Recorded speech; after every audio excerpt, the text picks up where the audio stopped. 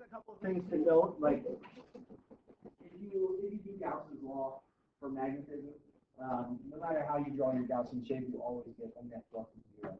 And really, the reason for that is that, number one, you don't have any magnetic monopoles. So you don't get a north by itself or a south by itself. And the actual magnetic field lines themselves are closed loops. They're closed loops around moving charges, right? And we know that currents cause magnetic fields. A moving charge creates a magnetic field. So it's always a closed loop around a moving charge. So if you look at, like, if you Google a dipole magnet, you might see magnetic field drawings that look like this, right? Where they have it kind of where it's coming out of the north and into the south, and that's actually a really poor drawing, because what that lacks is the fact that these are actually closed loops, and that there is a magnetic field within that solid piece of magnet, right? So all the magnetic field lines are closed loops. There are no magnetic monopoles. So if you do Gauss's law for magnetism, you always get zero. You always get a net flux of zero, right? Does that make sense? That is, if they're closed loops, there's nothing that I could draw that's not going to have the same number of field lines coming into my shape and going out. So the flux is always going to be zero. Okay? If you cut a magnet in half, you don't get a north and a south separately. You get just two smaller magnets. They still have north and south poles. Now you can do this at home with a magnet on your fridge. Just cut it, and it still has a north and a south pole. Okay. We know how to find the force on a moving charge. That's where that cross product comes into play, that QV cross V, where the velocity and the magnetic field are vectors. We're doing a cross product between them. If I see a problem where I have to do QV cross V, what I'm really doing is, kind of QV times V. I'm really just multiplying them together, right? Take the part of the velocity that's perpendicular to the magnetic field, multiply them together, you get the magnitude. The direction, it comes from right-hand rule, right? So you're going to do that part separately. You do the right-hand rule, you're going to put your entire arm in the direction of the velocity, you're going to bend those four fingers in the direction of the magnetic field, and your thumb is the direction of the force, right? That's for any cross product you do. The first vector is your arm, the second vector is your four fingers, and then the resulting cross product is your thumb. We're good on that, okay? You know that if you hit an electron or a negative charge, and you do the right-hand rule, once you get your result, you're going to have to flip it by 180 degrees, because the negative charge is going to flip the direction of that force, okay? So that we're all good with that, the QD cross V. That also applies for, the force on a wire. You're doing Bill, so that's your magnitude. Now, you know that it's not written exactly like this. It's not written as Bill, right? It's written as like, it's B-I-D-L, the integral B-I-D-L. But 99% of the time, you're just going to be finding the magnitude. B-I-L, right? Magnetic field times the current times the length of the wire that's in the field. Boom, you've got the force. And that's pretty much it, right? What I recommended today to the Physics 1 students was, if there are any equations that you need to memorize, you want to memorize because they're not on the equation sheet, my suggestion to you would be to have a list of them, cram them, and then the moment the exam starts tomorrow, you unload them on the equation sheet. You don't have to keep them memorized, especially because you get to that high-stress question and you're like, wow, I'm relying now on memory. No, you just hit those the moment the exam starts and expand your equation sheet. So I might put on there, I might put Bill, I might put bold, right? A couple of those that aren't directly on the equation sheet, I'm just going to unload them, right? That is not cheating. They don't know at what point you wrote that down or at what point you remembered it, so I would just unload it as soon as I can. Does that make sense? Okay? Any questions on that? Okay? All right. Cool. So we got force on a wire is Bill, force on a moving charge, QVB, and then figure out the direction from the right hand. Okay? Definitely, it's going to happen. You're going to see a velocity selector at some point. It's definitely going to happen. It's a type of problem that uses electrostatics and magnetism. So if we can marry the two, then we have a really nice question. So imagine that I have a charge that comes into this velocity selector. So I've got a downward electric field, that's the blue lines, and I've got a magnetic field How so? Into the page or out of the page? All right, the X's are away from us, so it's into the page. So if this were a actually, you know what? First thing I want to do is I want to determine the charge on the plates. How am I able to create an electric field that's pointing down? Who's on top? Who's on bottom? Where's the positives? Where's the negatives? Positives on top. Okay, you got positives on top, and you've got negatives down there, right? Now, if I'm a positive charge, let's just say I'm a positive charge, I go into this velocity selector. The electric force would be in the direction of the electric field, right? That's positive charge moves in the direction of the electric field. So the electric force would be down. So I'm going to go over here, and I'm going to draw the free body diagram if it were a positive charge.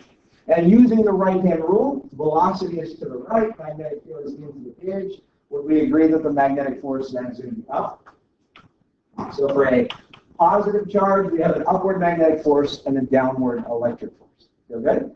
If it were a negative charge, right, so maybe you're using this velocity selector to pull out any charge that's traveling at 0.9% or like 0.9 the speed of light. Great.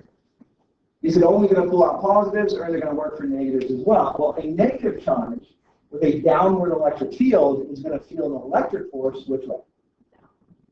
Or up, right? Away from the negatives and into the positives. So for the negative charge, it ends up putting Fe up, and then if I do the right-hand rule, and my thumb is pointing up, but it's a negative charge, so I flip it by 180, my magnetic force is going to be down. So I haven't selected out different charges, so right now, any proton, any electron, any neutron will make it straight through as long as they're going at the right speed.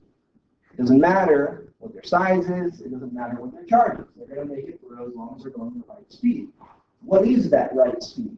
Well, if the magnitude of the magnetic force is QBB, and the magnitude of the electric force is QE, the charge cancels from both sides, and it's really just the ratio of E to B, right? So the velocity that's working that actually makes it go straight through is if the ratio of the electric field to the magnetic field is equal to the velocity that I want, okay? So all protons, all electrons, all neutrons coming through at that speed, they make it through, okay? And then I want to start measuring their mass, right? So I go into a portion where I take away the electric field. So there's no longer an electric force. And now I can start separating them, right? Any positive charge goes up. Any negative, that's false. No, that's right. Magnetic force, we said on the positive, is going to be up. So any positive charge goes up. Any negative charge goes down. What would a neutron do? Neutron will just go straight, right? So neutron, it's not very good for a mass spectrometer to use it this way because the neutron's not affected by magnetism or electricity. But the positive charge goes up, the negative charge goes down. Why is it that I drew them of different radii?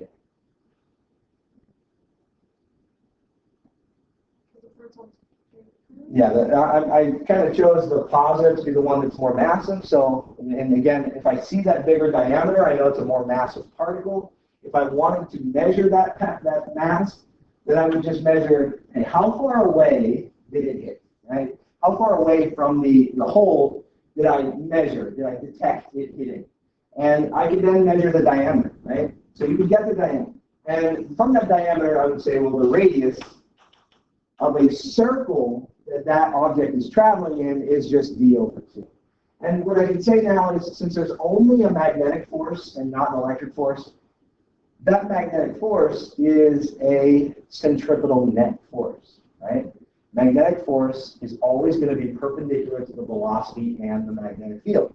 So as this object turns up, the magnetic field just keeps pointing towards the center of the circle. So I end up with something like this, where it's QVB is a centripetal net force, so I set it equal to mv squared over r. And I can now figure out what the mass is by just doing so QBR over V. Just solving for mass. We feel good there? So QBR over V is equal to the mass. All right, so we have when the charged particles are moving perpendicular to the magnetic field, we get uniform circular motion. What happens if the charged particles are moving parallel to the field? Nothing. They don't feel the field, right? They have to have a component that's perpendicular. So what will happen if the charges are moving at an angle to the magnetic field that's not 0, not 90? What would happen? That's where we get the helix, right? Because you'll have a component that's parallel to the field. That component is not affected. It just continues on at constant speed. But the component that is perpendicular to the field, that part goes into uniform circular motion. So you have constant motion in one direction and then uniform circular motion in the other direction, and that's just a helix. So you can imagine the charge just kind of wrapping itself around the magnetic field line and just traveling in the direction of that field line. It has happened mostly in a qualitative sense. Like, okay, you've done all this problem, and in part E, what would happen if the magnetic field were 60 degrees to the velocity? And it's really just, well, you get a helix or coil motion. Cool. Now, I have seen it in that way, but it's mostly qualitative. I haven't really seen any calculation that needed to be done. All right. We feeling good there? So that's kind of, I mean, that's, I know it feels like magnetism, we didn't have a lot of time to do it. It was a short unit, but that's where the bulk of the stuff comes from, is these simple equations. Bill, QVB, mu naught I over 2 pi r, right? So that's another one that is not written explicitly. It's more written in the Biot-Savart law. But if you remember, you know, the magnetic field due to a wire is mu naught I over 2 pi r. That's one of the things I would unload onto my equation sheet, right? Magnetic field is mu naught I over 2 pi r. And then this guy, of course, is Bill. I can figure out, you know, if I've got these two wires that are, their currents are in the same direction, I can figure out if they attract or repel, and I can also tell you what the magnitude of the force is, right? Just figure out what's the magnetic field that one wire is creating, what's the force that the other one is feeling, right? So I do a mu naught I over 2 pi r to figure out the magnetic field, and then I do Bill to figure out the force that you're feeling. So the way I would do that is they're both going the same direction. Maybe I can color code them to make things a little bit simpler. The one that's red, I need to figure out the magnetic field that it's creating. So I do a modified right hand, right? I put my thumb, I lay my thumb right on top of that wire. And in the region where the other wire is, my fingers are going into the page. So over here, the magnetic field is definitely into the page. And that's the magnetic field that, I'll say, the blue wire is going to feel. So now I need to do a right-hand rule to figure out the force that the blue wire feels because of the red one, right?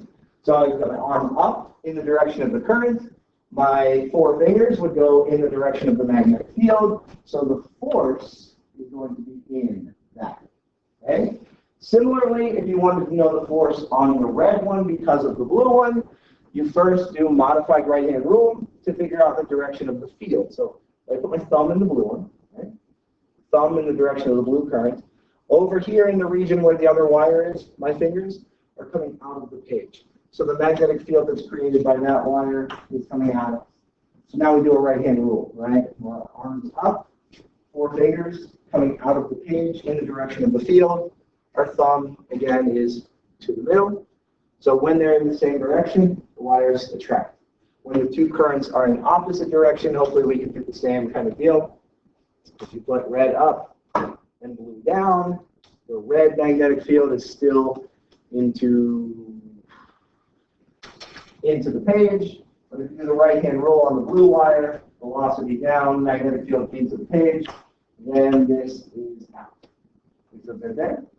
The blue magnetic field, right, the magnetic field created by the blue wire, and now I'm going to put my thumb down in the direction of the blue current, and in the region where the other wire is, that magnetic field is also into the page.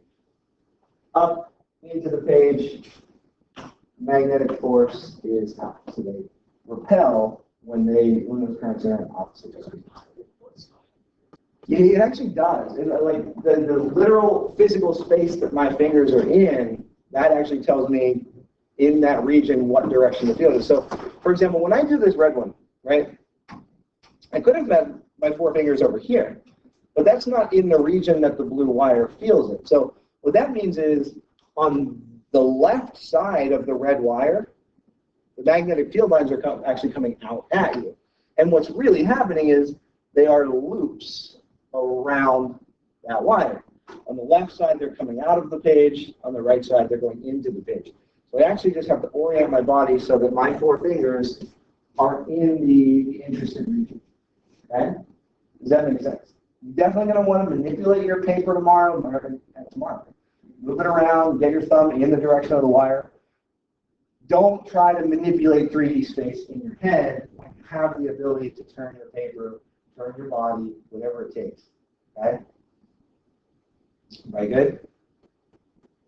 We're okay? All right, cool. Any questions here? All right. So could you actually figure out, if I call the red one I1 and I call the blue one I2, let's say the force on I2, right? Force on I2. Well, I need to figure out B. So that would be the magnetic field due to I1. And then I would just multiply that by current and love. Does that make sense? So it's a mixture of Bill and mu naught I over 2 pi r. Yes? That little r is the distance, like where that purple line is. I would call it, I would call it that r, the distance between them. Okay. Does that make sense?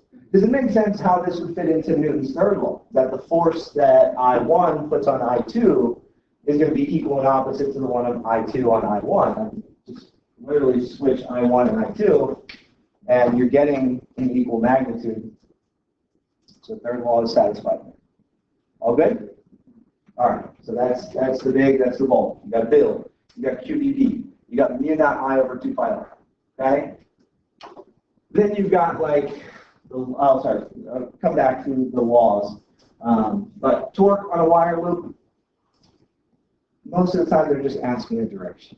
And what direction does this loop rotate in the field? So I've connected the battery in a certain way that's going to make the current go clockwise or counterclockwise. Yes, sir. Sorry to interrupt. So I just worked with the extra contrary. It's 3 hours, not 2 hours. Good afternoon, this is Mr. Myers. At this time, seniors, please make your way to the visitor side of the stadium. Remember, visitor side of the stadium, seniors only.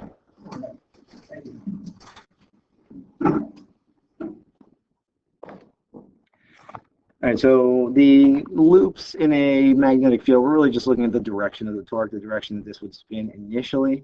So, for example, if the magnetic field is to the right, and I've set up this circuit so that it has a clockwise current, I just want to look at each branch of the circuit and determine, okay, what direction would it feel a force, right? The 2 parts of the loop that are parallel and anti-parallel to the magnetic field, they're not going to feel any force at all, which they're not going to feel any torque either. And then if I do a right-hand rule on this guy, velocity is up, magnetic field is to the right. So this force would be into the page. And then over here where the current is going down, so we're doing V cross B across the magnetic field, this would come out of the page. So the one thing we have here is that the net force is 0, right? Because you have one force that's going into the page, one force is going out of the page, but they are equal in magnitude, right? They're both just Bill, but one is into the page, one's out of the page, so they cancel. So the net force is 0, but we have a torque that's making this thing want to rotate. So initially you have a torque in that direction.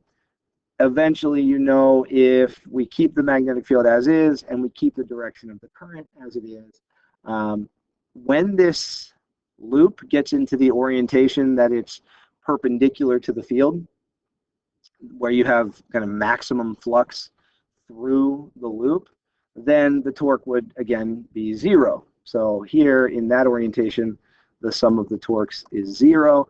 And as soon as it continues to rotate, as soon as it passes up this position, if you keep the current going in the same direction, unfortunately the torque would go in the opposite direction. So it would begin to slow down the rotation. So we've talked a little bit about how you would fix that so that it continues the torque in the same direction. And one thing you can do is at that moment that it passes up the orientation perpendicular to the plane, then you could just flip the direction of the current, and then it would continue torquing in the same direction. So that's how we create a motor that continues to torque even in those other orientations. Okay? All right. Magnetic field due to a wire, so that mu naught I over 2 pi r. I would have that memorized, the mu naught I over 2 pi r. I would also have memorized that at the center of a loop, of wire, that ends up becoming mu naught I over 2r. So the pi cancels out. If you remember, the only way to actually prove that one was to do that really ugly Biot-Savart, which does not appear often, but you've seen it. You could do it. You have it on the equation sheet. Just remember that dl cross r hat, right? That little cross product in that law.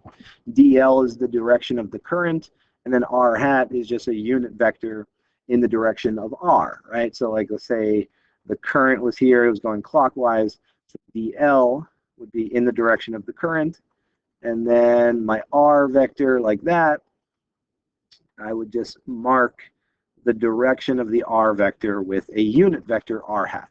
So I would be doing dl cross r hat, and hopefully we could use that then to figure out the direction of the current, or sorry, of the magnetic field at the center, which we could also use modified right-hand rule. I think it's easier to do modified right-hand rule. If I just put my thumb in the direction of the current, I know that here the magnetic field lines would be coming through the loop, coming out at us for a counterclockwise current. Okay? All right. So Biot-Savart, we know that is on the equation sheet. It would just be a matter of figuring out, so mu naught I over 4 pi r squared, and really it's just the challenge here is taking care of that dl cross r hat, right? The direction of the current, and then a unit vector in the r direction. So dl cross r hat. The worst thing that they could throw at you might be something like this, where you have a loop of current, and then they ask you to find the magnetic field maybe somewhere out here. And most likely, if they did that, then they would show you what the result is, and they would just say, okay, get to this point. Like, show that the magnetic field on that axis through the loop is something, and then you just have to get to that integral. And then part B, they're going to give you the solution to that integral, because a lot of times it's in a form that isn't on the equation sheet. It's not in your integral table, so you wouldn't have to complete it. Okay? Magnetic flux, we know that is just B dot A, right? It's proportional to how many magnetic field lines are going through a closed area. And we know from Faraday and Lenz's law, right, that there is a voltage formed in the loop anytime there is a change in flux. So we could say something like this, change in flux over time. And then Lenz's law just added in a little negative. It said that the EMF, or the voltage that forms in the loop, is always fighting the change in flux. So anytime there's a change in flux, the loop tries to create its own current to replace that. So if you're losing X's, then we try to create a current that makes X's, right? If you're entering the field and you're starting to gain X's, then you try to create a current that gives you dots, gives you a magnetic field in the center of the loop coming out of the page. So for example here, if the loop is just entering the field and it's getting X's, I could create a current that makes magnetic field lines out of the page. So I would want here a counterclockwise current. And I use the modified right-hand rule to show that the magnetic field due to this current is coming out at me in the center of the loop. So I just put my thumb in the direction of these currents, and everywhere my 4 fingers are pointing out of the page in the center of the loop. But then as the same loop leaves the field and it's losing X's, now this loop would want to start creating X's. So it would generate a clockwise current, which would give me a magnetic field that's into the page.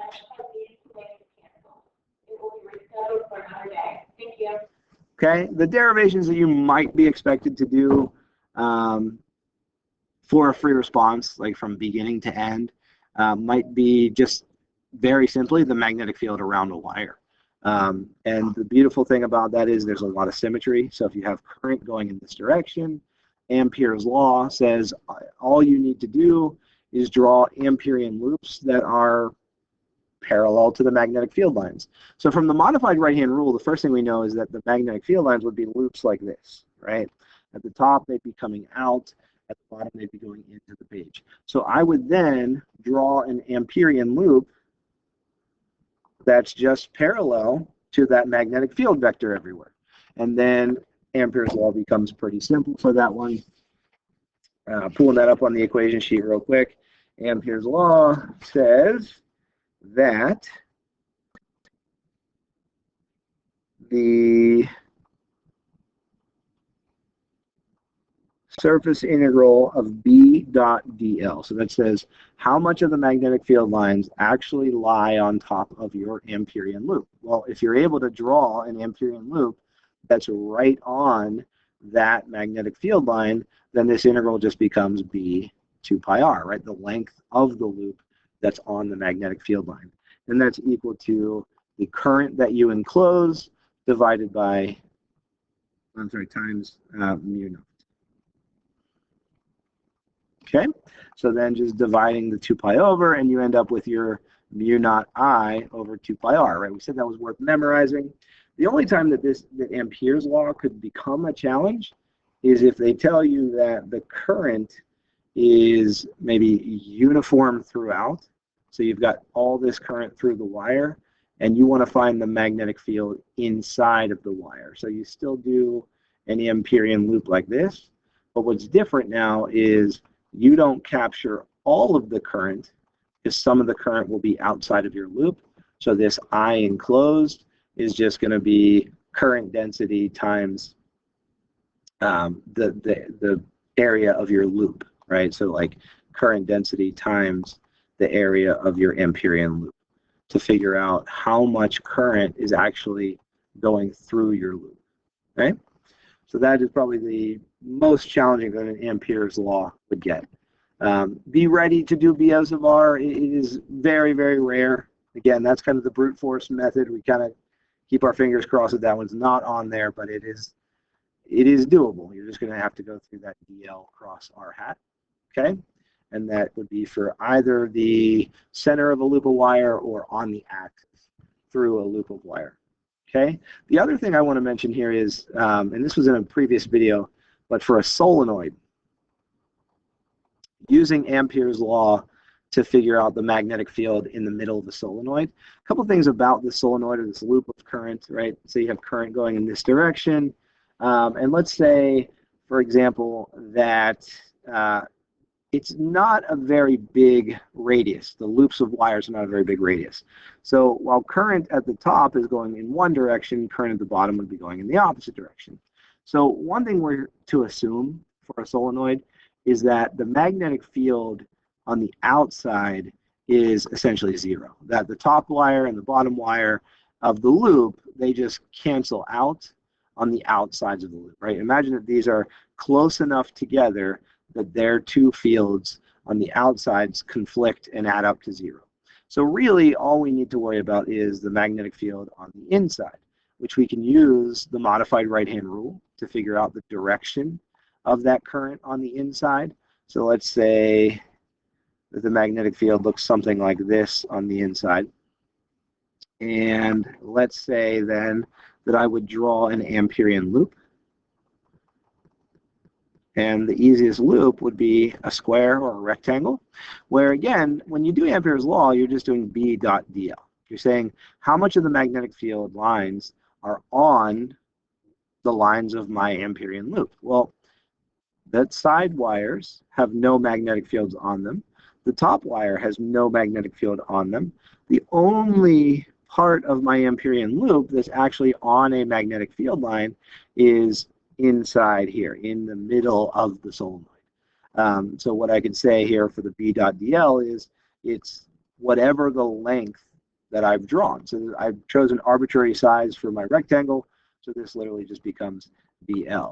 And then over here where it's mu naught times I enclosed, well, how much current did I enclose? Well, I'm not sure, but all that really matters is how many coils that are inside of my Amperian loop, right? So let's say N is the number of coils in my loop, or sorry, inside of my loop, and then every one of those coils has a current of I inside of it, then the amount that I've enclosed is just N times I.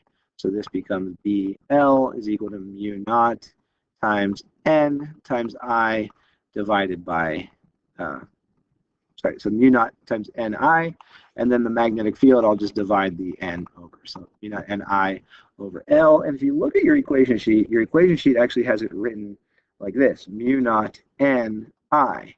Well, that little N right there is just the number of coils per length, right? So maybe this coil has 100 loops per 1 meter.